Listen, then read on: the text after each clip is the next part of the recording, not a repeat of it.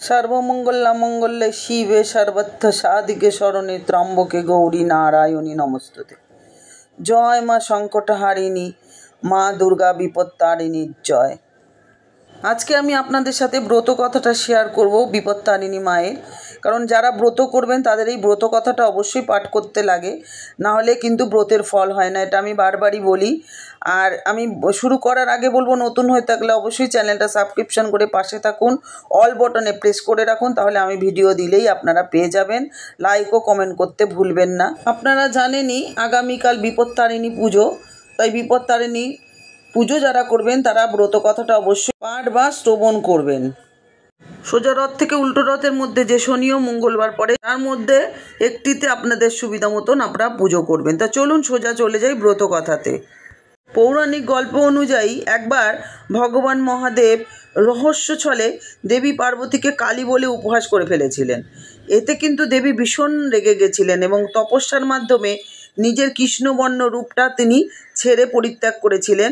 আর সেই কৃষ্ণবর্ণা স্বরূপ দেবী হলেন সেই পার্বতীর অঙ্গ থেকে সৃষ্টি জয় দুর্গা বা কৌশিকী দেবী বা মা বিপত্তারিণী। মা ভগবতী দুর্গা নানা রূপে নানাভাবেই কিন্তু আমাদের মধ্যে আবির্ভূত হয়েছিলেন, আপনারা সবাই জানেন। আর দেবতাদের সমস্ত বিপদ থেকে উদ্ধার করেছিলেন। মা দুর্গাকে তাই আমরা বিপত্তারিণী বলে ডাকি বা সবাই বিপত্তারিণী বলেই পুজো করি। মানুষের দুঃখে বিপদহারিণী এই মহামায়াই হলেন মা বিপত্তারিণী। দেবী মা বিপত্তারিণী রূপের সঙ্গে দেবী সংকটতারিণী বা মাতা সংকটার সাদৃশ্য আছে। কোথাও তিনি শঙ্খচক্র শূল ও অসিহস্ত অর্থাৎ যার হাতে ত্রিশূল থাকে আর স্বর্ণবর্ণা ত্রিনয়না, আবার কোথাও তিনি খড়গশূল ও বরাভয়ধারিণী লোলজিহ্বা ঘোর কৃষ্ণা।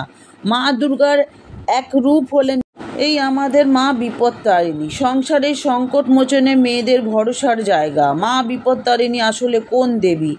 বলা হয় সুরাসুরগণ অর্থাৎ অসুর এবং ভগবান, তাদের মধ্যে যে সমুদ্র মন্থন হয়েছিল তখন যে বিষ উঠে আসে, ভগবান শিব মা দুর্গার নাম স্মরণ করেই সেই বিষ পান করেছিলেন। সেই বিপদ থেকে ভগবান শিবকে মা দুর্গাই কিন্তু উদ্ধার করেছিলেন। এই বিষয়ে আরেকটি কথা বলা হয় যে গোষ্ঠে যাবার সময় মা যশোদা কৃষ্ণের হাতে দুর্গা নাম স্মরণ করে কবচ বেঁধে দিয়েছিলেন, যাতে কোনো বিপদ না হয় কৃষ্ণের। যদি কৃষ্ণ কোনো বিপদে পড়তেন তখন তিনি মা দুর্গাকেই স্মরণ করতেন। কিন্তু এমনকি কালিয়াকে যখন দমন করেছিলেন তখন দুর্গা নাম স্মরণ করেই তিনি কালিয়া দমন করেছিলেন। কৃষ্ণ মা দুর্গাকে মানে বিপত্তারিণীকে স্মরণ করতেন। এই জয় দুর্গা বা কৌশিকী দেবী হলেন মা বিপত্তারিণী, পঞ্চদেবতার একজন। দেবীর অনেক রূপ দেখা যায়। উত্তর ভারতে অষ্টাদশ রূপে ধ্যান ও পুজো করা হয়, কোথাও দশভুজা রূপে পুজো করা হয়, কোথাও বা আবার চতুর্ভুজা স্বর্ণবর্ণা, আবার কোথাও বা কৃষ্ণবর্ণা রূপেই এই মাকে পুজো করা হয়।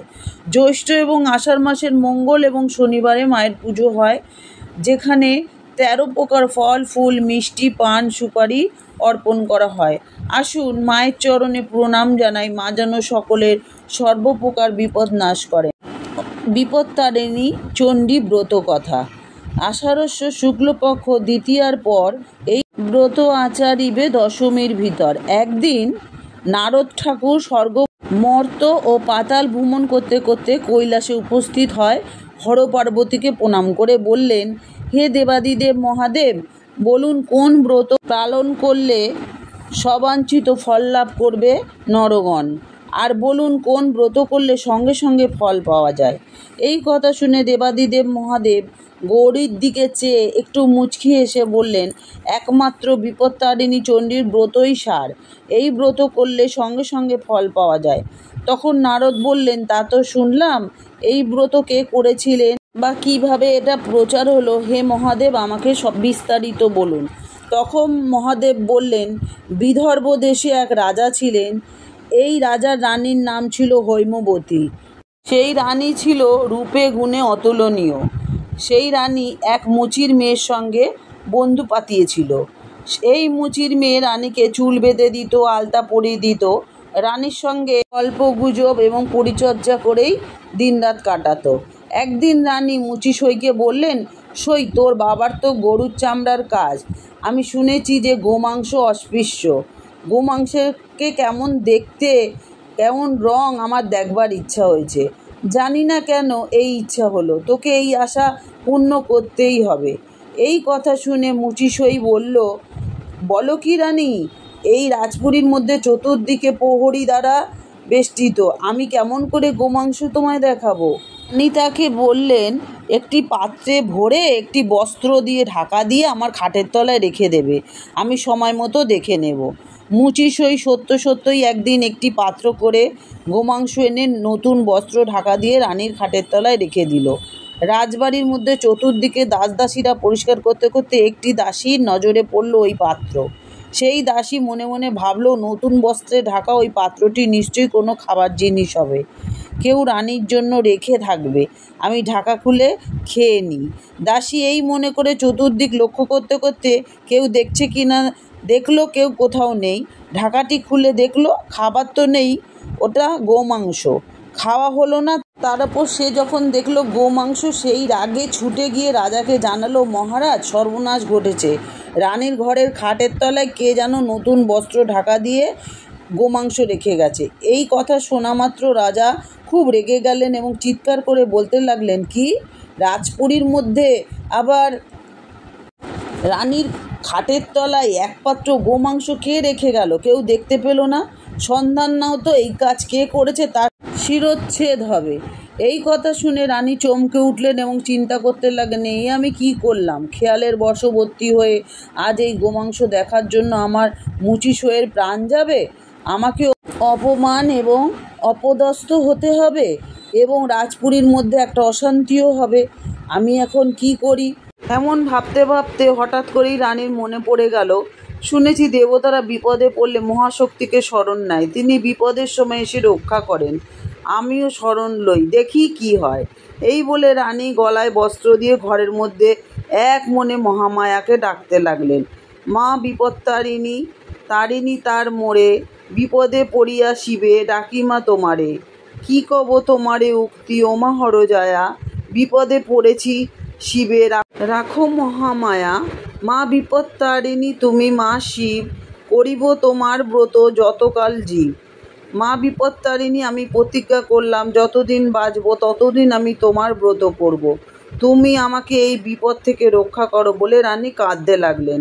মা বিপত্তারিণী দৈববাণী হয়ে বলল, রানী, তোর ডাকে আমি প্রসন্ন হয়েছি।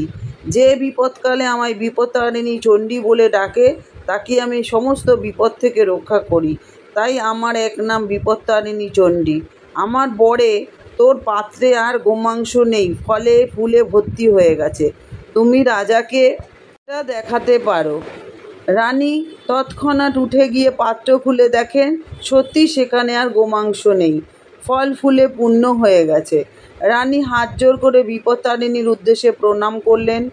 এমন সময় রাজা খড়গ নিয়ে উপস্থিত হয়ে বললেন, রানী, কোথায় গোমাংস, দেখাও আমাকে। রানী বললেন, মহারাজ, গোমাংস ছিল সত্য, কিন্তু আর নেই। মা বিপত্তারিণী চণ্ডীর কৃপায় এই দেখুন গোমাংস পাত্র ফল ফুলে পূর্ণ হয়ে আছে। তৎক্ষণাৎ রাজা খড়গ নামিয়ে গলায় বস্ত্র দিয়ে হাত জোর করে বললেন, মা বিপত্তারিণী চণ্ডী, তোমার এত করুণা মা, আজ ভক্তকে বাঁচাতে, ভক্তের সম্মান রক্ষা করতে তুমি মহাশক্তি হয়ে নিজ হাতে গোমাংস সরিয়ে ফলে ফুলে পূর্ণ করে দিলে। মা, তোমার এত দয়া, আমিও প্রতিজ্ঞা করলাম যতদিন বাঁচব ততদিন তোমার ব্রত প্রচার করাটাই আমার জীবনের একমাত্র মহাব্রত হবে, সারা জীবন তোমার মহাব্রত পালন করব, তুমি আমার প্রণাম গ্রহণ করো। এই বলে রাজা ভক্তি ভরে মা বিপত্তারিণীকে প্রণাম করলেন। সেদিন থেকেই এই বিপত্তারিণী ব্রত প্রচার হলো চারিদিকে। জয় মা বিপত্তারিণী চণ্ডী, জয় মা বিপত্তারিণী চণ্ডী, জয় মা বিপত্তারিণী চণ্ডী, সকলকে সমস্ত বিপদ আপদ থেকে রক্ষা করো। অথ মা বিপত্তারিণী ব্রত কথা সমাপ্ত। বন্ধুরা, আপনারা সবাই এই ব্রত কথার পরে ওই যে হাতের যে তাগাটা মায়ের কাছে পুজো দিয়েছেন ওগুলো সবাই পড়ে নেবেন। যদি ঠাকুরমশাইয়ের কাছে থাকেন তাহলে উনি পরিয়ে দেবেন, না হলে আপনারা যে যার নিজের মতো করে ভক্তি ভরে প্রণাম করে তাগাটা পড়ে নেবেন। আর এতক্ষণ আমার সাথে থাকার জন্য আপনাদেরকে অসংখ্য অসংখ্য ধন্যবাদ। আর যদি ভালো লাগে ভিডিওটি অবশ্যই বন্ধু বান্ধব আত্মীয় পরিজনের সাথে শেয়ার করতে ভুলবেন না। তাহলে আজকে আসি, আবার দেখা হবে নতুন আর একটা ভিডিও নিয়ে। জয় মা বিপত্তারিণী, সকলকে রক্ষা করো, শান্তিদায়িনী মা, শক্তিদায়িনী মাতা দুর্গা, মা বিপত্তারিণী। আসি বন্ধুরা, ভালো থাকবেন।